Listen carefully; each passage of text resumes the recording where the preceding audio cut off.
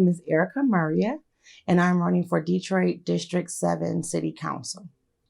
Please share your Detroit background and relationship to Detroit, your history of being a Detroiter. I am a part of 4 generations of District 7 residents. I have lived in my home in District 7 for 10 years, where I've raised my daughters. I love Detroit. I'm a Detroit native. I have done not just work in our district, but on the east side of Detroit as well, as an executive director of a nonprofit organization, assisting community members with core leads and referrals to wraparound services to become totally self-sufficient. I've done quite a bit, worked with the police department for domestic violence, worked with Wayne State for domestic violence and sexual assault, the state level for domestic violence. I'm a domestic violence advocate, if you did not know.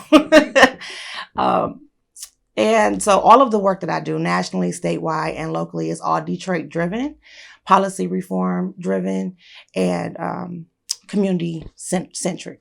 Tell the story of what led you to run for office. What led me to run for office is the need for leadership in our district. Someone who has the ability to listen and translate community needs and hold policymakers accountable for bringing those things into existence in our district. Also, seeing a lot of the changes, the rapid changes that were happening in Detroit by the current leadership from the state and mayor's office on down. I wanted to make sure that our district got our piece of the pie and that our voices were at the table. What is your understanding of the duties of the office you are running for? My understanding of the duties that I'm running for is that I am an advocate for community members. My first responsibility is to be our spokesperson, still connect with community members on a regular basis to understand what we actually need and what we actually want, present those things in a forum or a format with other city council members, work collectively with the mayor's office and our state representatives to ensure that our community, our district is represented well and that measurable change comes back in a timely fashion. Are you familiar with and what is your position on the Detroiters' Bill of Rights? The Detroiters' Bill of Rights has, I believe, a couple different names. People interchange different names for it. I am not 100% versed in every section of it, but I would love to learn more. What is your position on water shutoffs and water affordability in the city of Detroit? We most definitely need some policy change in that area. People need access to water, as other utility services as well. But the pricing needs to be regulated. I believe for community members, resources need to be available. Technical assistance needs to be available, especially in our district, where the community is very diverse and all community members don't speak English as a first language.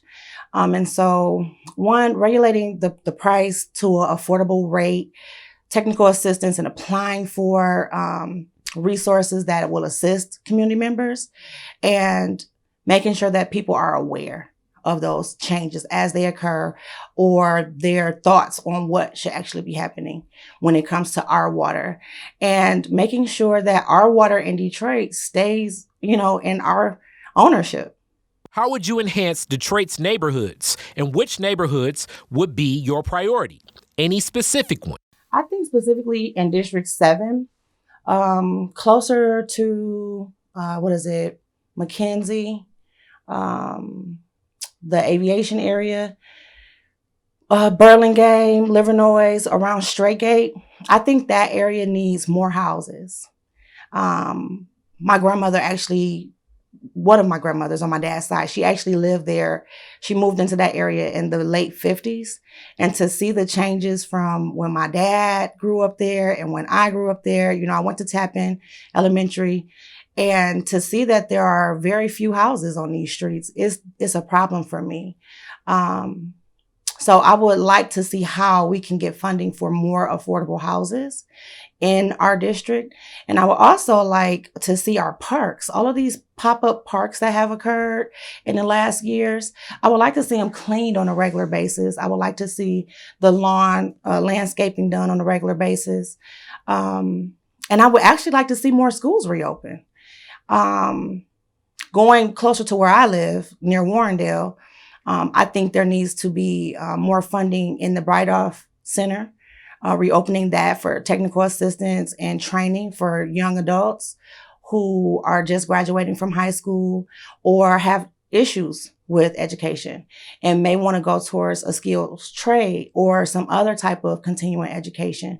I think we need to focus on that also. What is your plan and position on abandoned properties like schools throughout the city of Detroit owned by the Land Bank Authority? I think we need to figure out who owns them. That's number one. I know that there's been some issues in moving things around. Has been kind of sketchy and not transparent about who actually owns these properties. But we need to find out and do the research to find out who specifically owns those properties, what their plans are for those properties, and if they are willing to collaborate with grassroots agencies or nonprofit programs to build out what our community actually needs. If not, opening new schools. There are several people in our communities who have ideas for opening schools, culturally specific schools in our area. And I think that's very needed. What's your definition of police reform? Do you feel it's needed in Detroit? If so, in what ways? What is your position on facial recognition technology? I don't agree with facial recognition technology at all.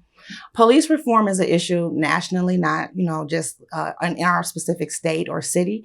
I think that working with more agencies will help that outside of the police department, where they understand community on another level.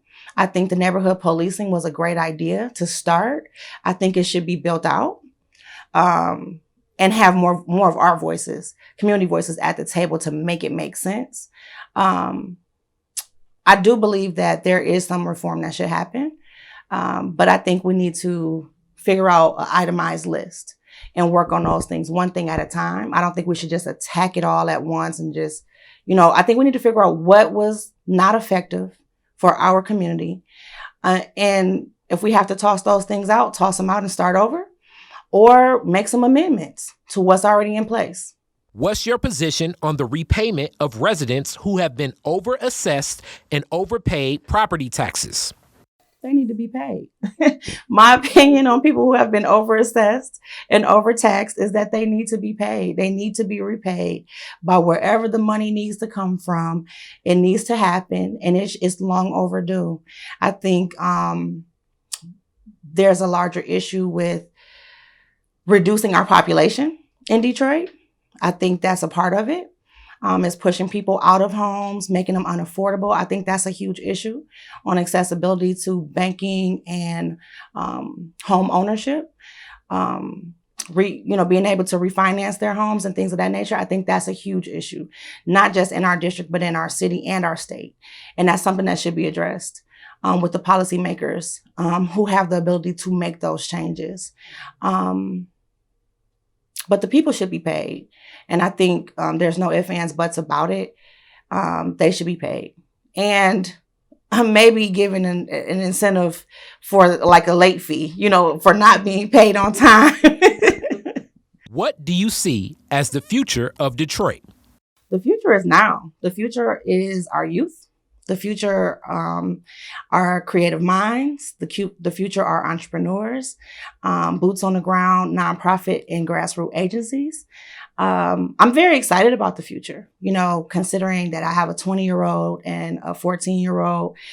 I'm 37. I can understand the old ways of doing things, the traditional ways of doing things, and I can also understand and appreciate what young adults would like to see and what's relevant for our future. I think it's very bright. I just think that our youth currently need more assistance. one of the things that I'm working on as a national consultant to a mainstream agency on the intersection of domestic violence and the child welfare system is seeing that youth that may have aged out get the services that they need, that they're aware that the services have been extended beyond the age that they aged out of. I think that will help with our future. Mental health services need to be more accessible in our district also. For young adults.